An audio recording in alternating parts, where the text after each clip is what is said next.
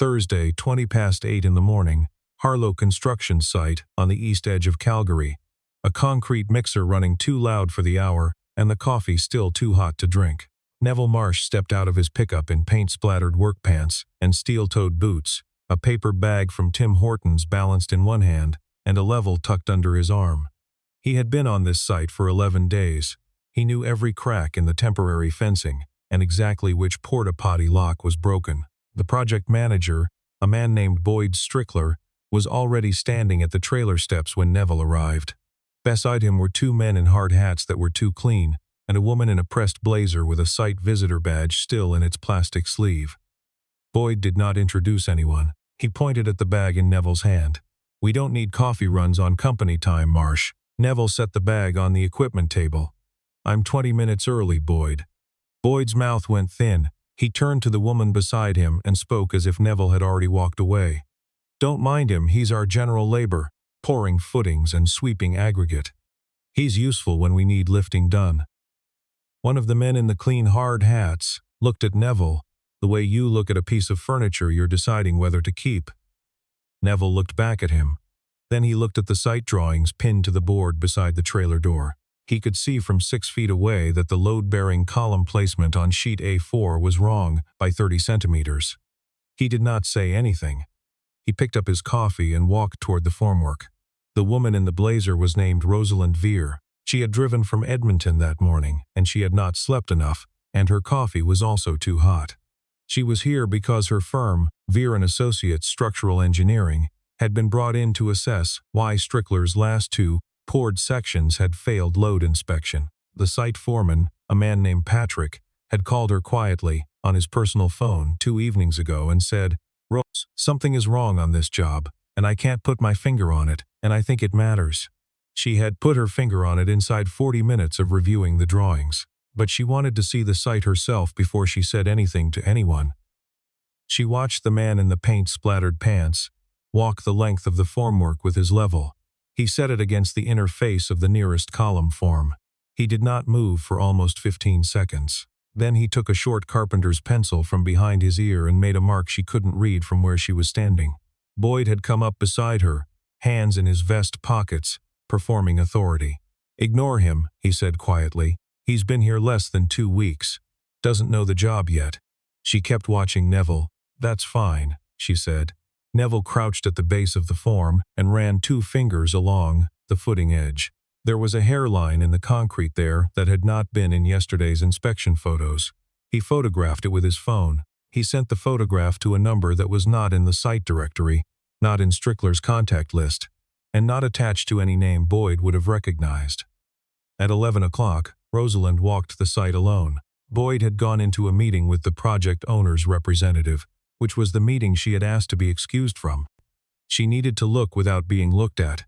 She found Neville on his lunch break, sitting on an overturned bucket behind the material staging area, reading, not a phone, a book, actual pages. He did not look up when she approached, which she respected. She pointed at the column forms. "The A4 placement is 30 centimeters off the structural grid."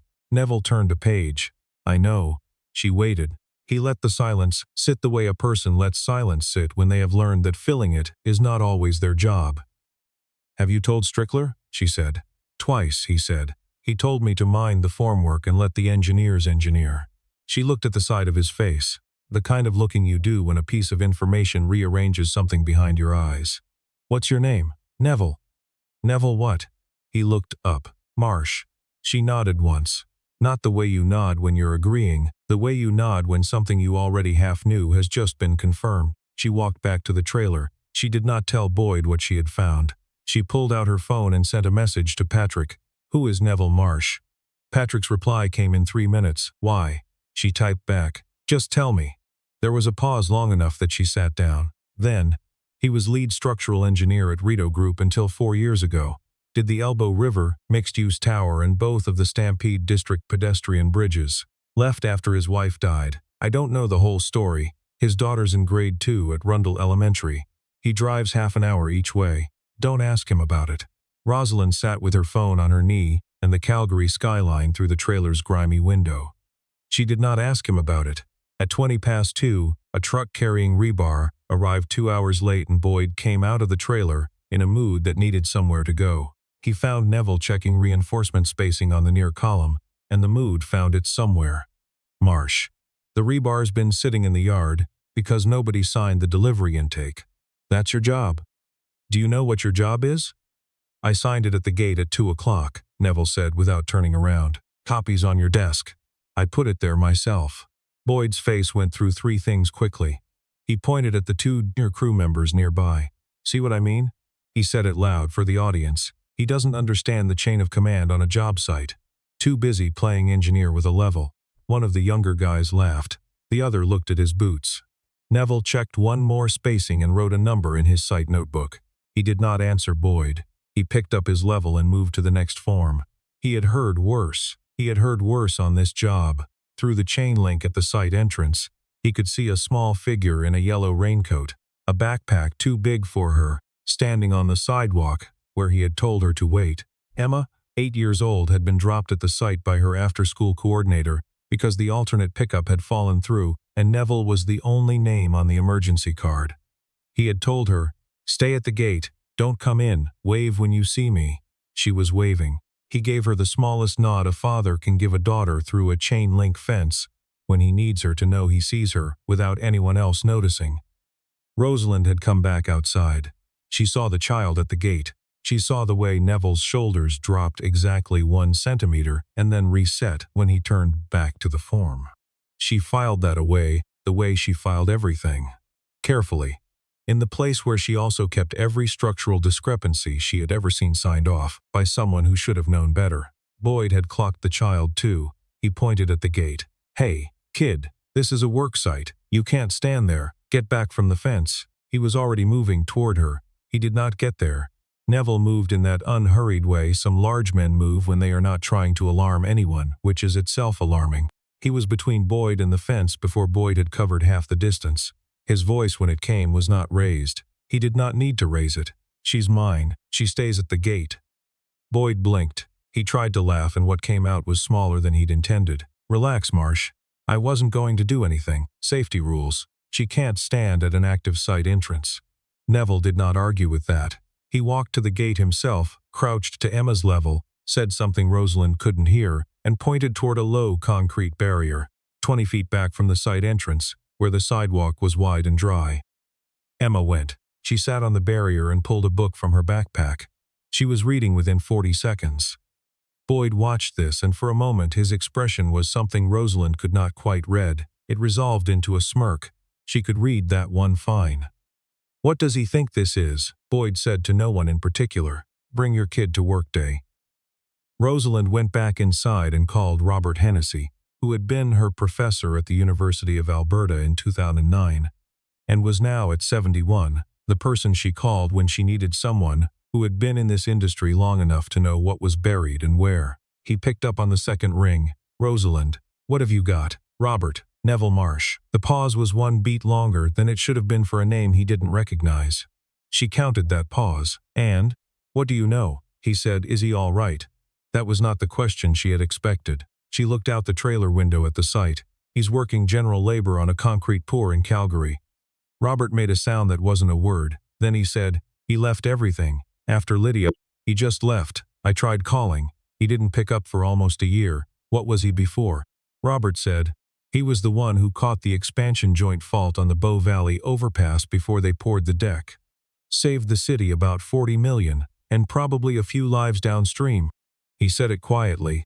"The way you say things that don't need emphasis because the weight is already in them. He worked under me for 3 years before he could have worked anywhere he wanted. He is the best structural mind I have trained in 40 years. And right now he's doing concrete labor because he wanted to be home by 4. She looked at the timeline open on her laptop. She looked at the A4 discrepancy she had documented. "Robert, the project has a serious column placement error. The load calculations are going to be wrong by a margin that will fail inspection and could cause a partial collapse during the pour. Has anyone flagged it, officially?" She said. "Strickler has been told at least twice." Robert was quiet for 4 seconds. She counted. Then, "Be careful, Rose. There's money behind this that doesn't like being delayed. Who's the project owner?" Terravast Holdings, Calgary and Edmonton. Another pause. I know the name. Their capital structure changed hands about 18 months ago. New controlling interest. She heard him move, something being set down on a wooden surface. You should go through official channels tonight. Don't wait until morning. She hung up and sat in the trailer alone. The site noise came through the thin walls. She opened the column placement file again and looked at the numbers. Then she opened the structural engineer of record sign-off and looked at that too. The name on it was not a name she recognized. The license number, when she checked it against the provincial registry, returned a result that made her go very still. The license had been suspended 2 years ago. She picked up her phone and wrote 3 words to Patrick, who signed A4. His reply took longer this time. When it came, it said only, "That's the question, isn't it?" She picked up her hard hat and went back outside. Neville was at the material staging area. Emma had migrated from the barrier to a spot just inside the site gate, where Patrick had apparently made an executive decision to give her a folding stool and a juice box, and tell her that the rule was don't touch anything orange.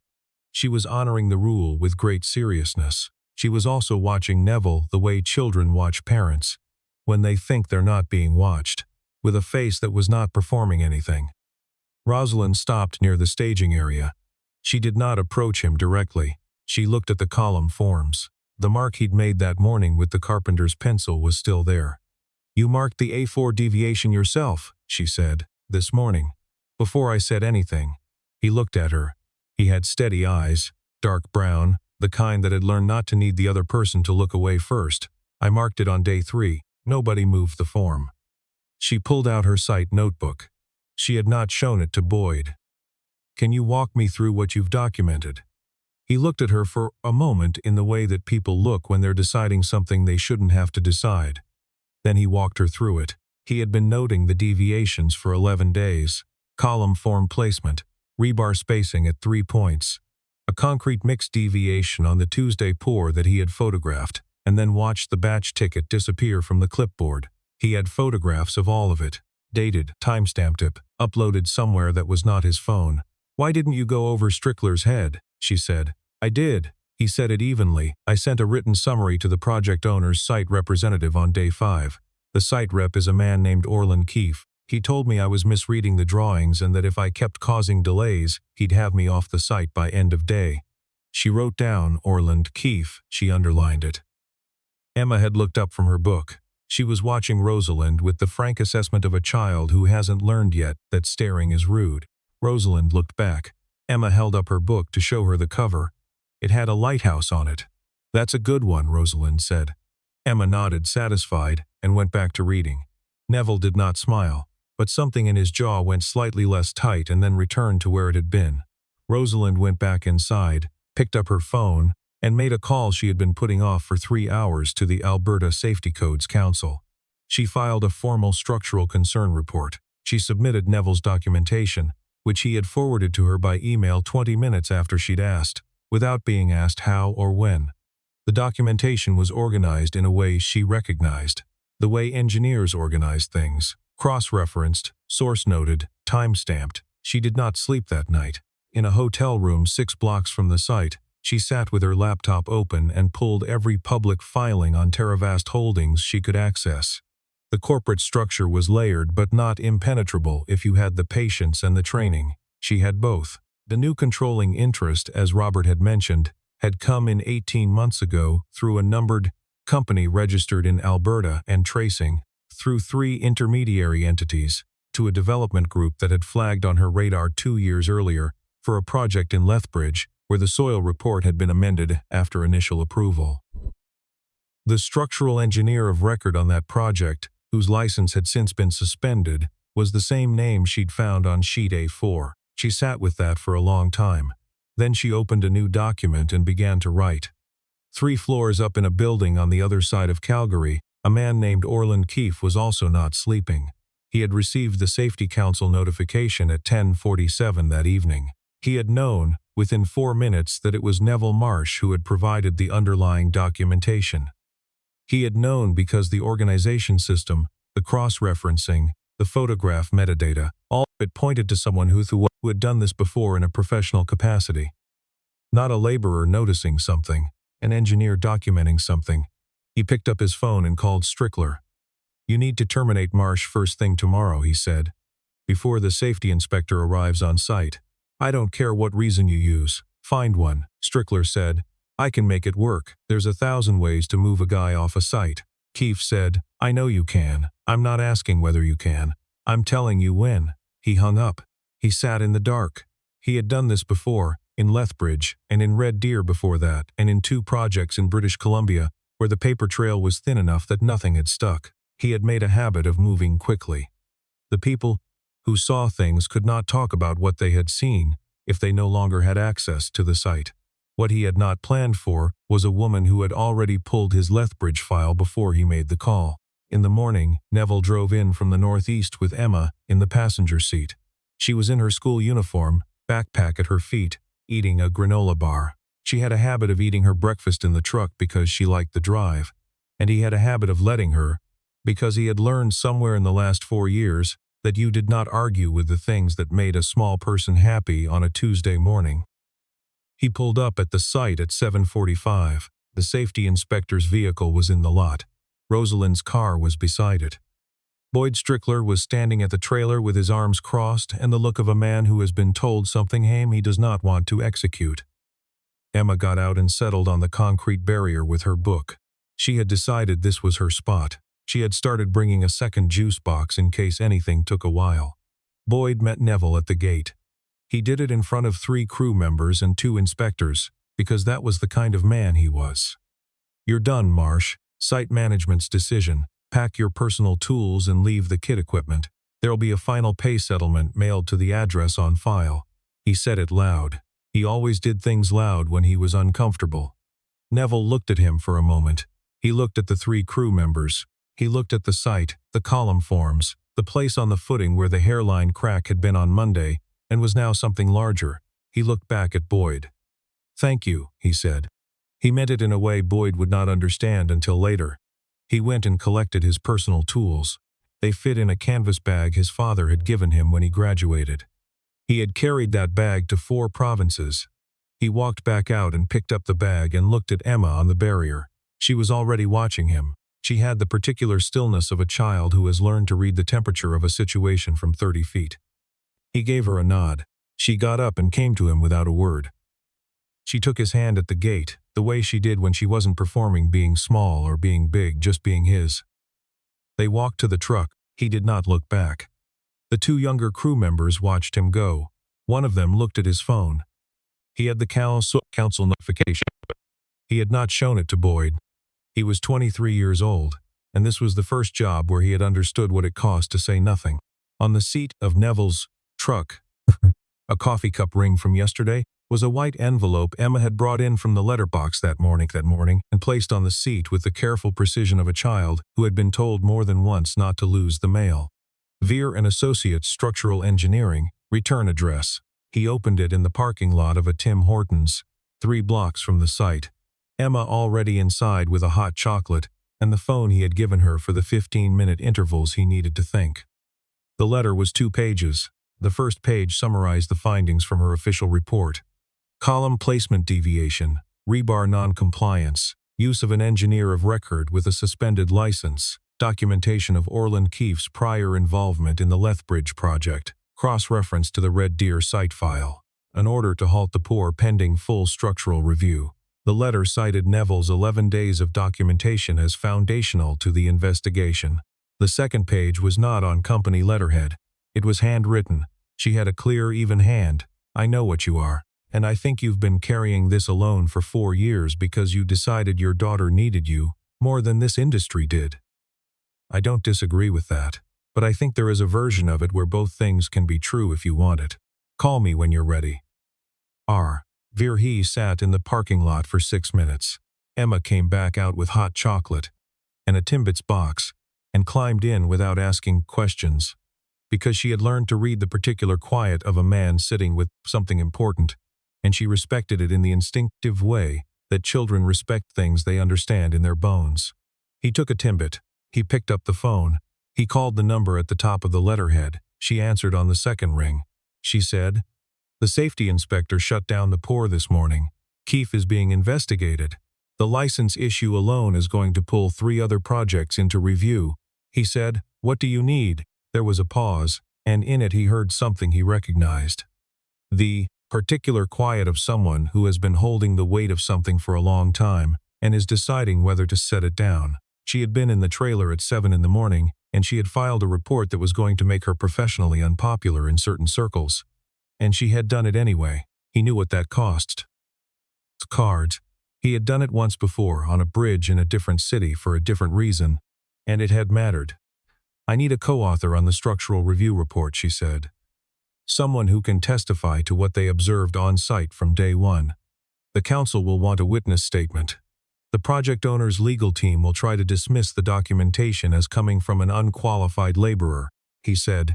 "I'm not an unqualified laborer." "I know," she said. "I need you to be willing to say that out loud in a room where it matters." He looked through the windshield at nothing in particular. Emma had found the aux cord and was playing something low and instrumental that she had heard on the radio once and tracked down on the tablet. She was conducting it quietly with one finger, unaware that she was doing it. He said, "I'll need to tell my daughter I'll be home late Thursday." Emma looked over at the mention of her. He held up 2 fingers. She held up 2 fingers back.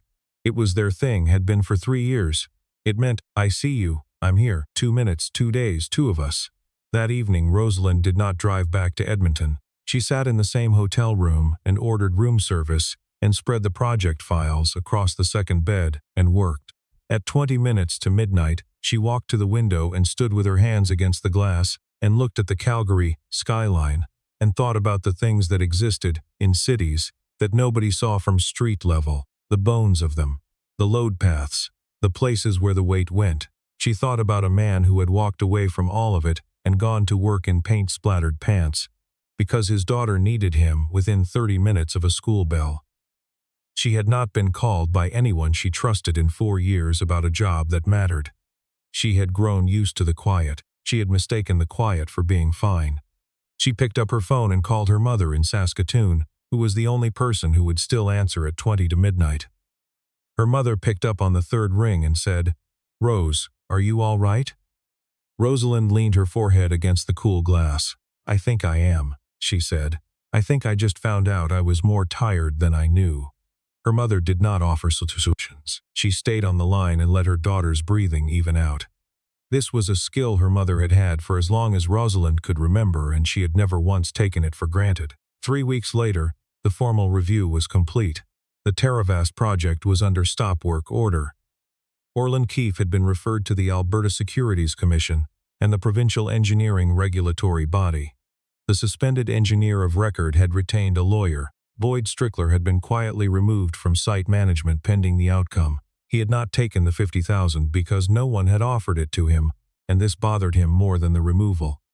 The structural review report was published under 2 names, R. Veer P. Eng and N. Marsh P. Eng. The retired was Neville's choice. He had insisted on it. Rosalind had argued for 10 minutes and then let it go because she had learned quickly that he did not hold positions he had not thought through. The report was referenced in 3 industry publications and forwarded, in the week after publication, to 7 municipal engineering offices in Alberta and 2 in Saskatchewan. Neville received a call the following Tuesday from an engineering firm in Calgary he had respected for 15 years. They did not offer him a position. They asked if he would be willing to advise on a single project, a pedestrian overpass in the northeast of the city, 2 blocks from Emma's school. He called Emma's after-school coordinator to arrange 3 late pickups in the coming month. Then he called Rosalind. She was in her car somewhere between Red Deer and Calgary, and she answered on the first ring for the first time, which told him something. "I've been asked to consult on a bridge," he said. She said, "Which one?" He told her. There was a pause, and in it he heard what he had learned to hear in her pauses, which was not nothing. She had a habit of thinking before she spoke that he had found, in 3 weeks of professional calls, to be the most restful quality he had encountered in another person in a very long time. "I'm coming through Calgary tonight," she said. "Emma likes pasta," he said. "She prefers hers with butter only. I'll bring bread." She hung up. He sat in his truck in the parking lot of a grocery store and looked at the phone for a moment. He was 41 years old, and he had not cooked dinner for another adult in 4 years, and his hands were entirely still on the steering wheel, which surprised him, because he had expected to be afraid. He was not afraid, he was something else. Something that did not yet have the right name. The shape of it was a kitchen table set for 3 instead of 2, and the sound of it was his daughter asking a woman she had met 12 days ago whether she wanted to hear about the lighthouse book, and the woman saying yes like she meant it, which Emma would know instantly if she didn't. He started the truck and drove to the school. Emma came out the front doors at 3:15 with her raincoat half on and her backpack swinging, and she was already talking before she reached the car. Something about a project on Alberta ecosystems and a boy named Theo, who had said beavers weren't engineers, which was wrong. Emma had decided, because have you seen a beaver dam, Dad? He had seen a beaver dam. He opened the passenger door for her, and she climbed in and buckled up and kept talking. He pulled out of the school lot and into the early November gray of a Calgary afternoon and let her talk. He had learned long ago that letting her talk was the most important thing he could do in the 40 minutes between school and home. Everything she was working out, everything she was carrying, all of it came out in those 40 minutes. He just had to be there and drive. She wound down somewhere around Deerfoot Trail, the way she always wound down, mid-sentence, transitioning without pause. Dad, is that lady from the construction place coming tonight? Yes, he said. Is she nice? He thought about this. Yes. Emma considered that. She went back to the window for a moment. Outside, a crow was sitting on a streetlight doing nothing in particular. Emma watched it. Does she know about Mom? Not yet. Emma nodded. She turned from the window. She should know. He said, I'll tell her. Okay. Emma tucked her hands under her knees the way she did when she was done with a topic. I like her, she said. She knew about the lighthouse book. He did not say anything. He had learned that some of Emma's sentences were complete on their own and did not need him. They drove the rest of the way without the radio. That evening, 3 plates on the table that had only been set for 2. Pasta, bread from a bag, something Rosalind had picked up at a bakery on Crowchild, still warm, which Emma declared was evidence of good judgment. Rosalind had asked when she came in if she could hear about the lighthouse book. Emma had talked for 11 minutes without stopping. Rosalind had asked 2 questions at exactly the right moments. Emma had decided, in the particular wordless way of 8-year-olds, that the verdict was settled. They ate. Emma talked. The kitchen was warm. Outside, the first real cold of November had come down from the north, and the windows were starting to fog at the corners. When Emma slid sideways on the couch with the lighthouse book open across her chest and went quiet. The way she went quiet before she went all the way under. Neville carried her down the hall and tucked the blanket up to her chin and turned on the nightlight that threw a pale yellow ring on the wall and stood in the doorway for the 30 seconds he always stood in the doorway. He went back to the kitchen. Rosalind was at the window with her hands around a mug. The city to the south was orange and white against the dark. He sat at the table. She did not turn around immediately, and he did not need her to. He had learned that about her. She did things in her own time, and the timing was always right. She said, How long were you there before the poor failure? He said, 11 days, and before you called anyone. 5. He paused. I wanted to be certain. I have been wrong about a site before. Not on the numbers, but on the people. I misread what I thought was negligence, and it was a miscommunication, and I made it a bigger thing than it was, and it cost someone a contract. He turned his coffee cup in his hands. After that, I documented until I was certain. Not 90%, certain. She turned from the window. She looked at him with the steady attention of someone who is not deciding how to respond, only deciding whether to say the thing they have already decided. My firm, she said, lost a federal contract 2 years ago because I filed a non-compliance report on a project in Ontario. The report was correct. The inspector agreed with me. The contractor had political connections that my firm did not. I have not been offered a federal contract since. He said, That's not justice. No, she said, it's the industry, and you learn to choose which hills and to make peace with the cost. She sat across from him at the table. The kitchen was quiet. Somewhere in the building, someone was watching television. A low murmur through the floor. Why did you leave? She said. Really? He looked at the table for a moment. He said, Lydia called me twice the evening she died. I was on a site in British Columbia, a major project final inspection phase. My phone was in my jacket. I did not feel it. She did not leave a message the first time.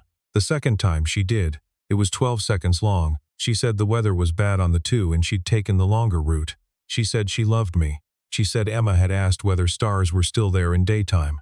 She said she told her yes. He was quiet for a moment. He had told this to one person before, in the parking lot of a hospital, and then not again. I listened to the voicemail standing in the hallway outside the trauma room. I kept the message. I have listened to it 40, maybe 50 times. I don't know why. I think it's because for 12 seconds she's still just driving home. Rosalind set her mug down. She did not speak. She had learned something in a career of assessing structures that also supplied here. Sometimes the most important thing you can do in the presence of something load-bearing is simply not add pressure.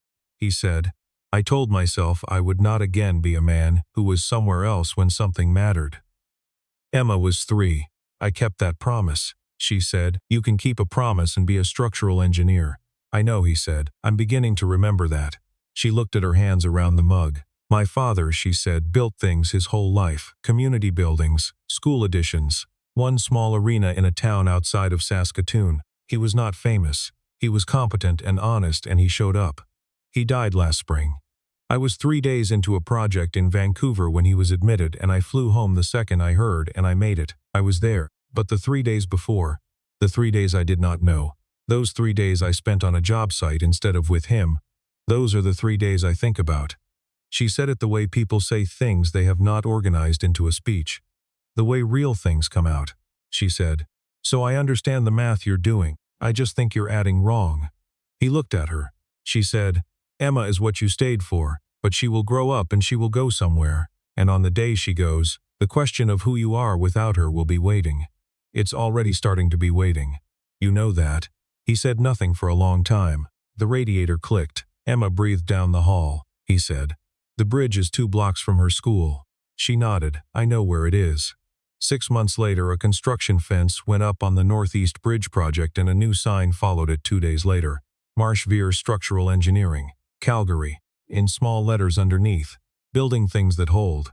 Emma had insisted on those last 4 words. She had been consulted on the sign as a formal matter of household democracy, and she had taken the responsibility seriously. She had submitted 2 options. The other one had been, we know about beaver dams. Neville had genuinely considered it. Rosalind drove up from the Edmonton office on a Friday afternoon in April. There was still snow on the ground in the shadow of the bridge abutment.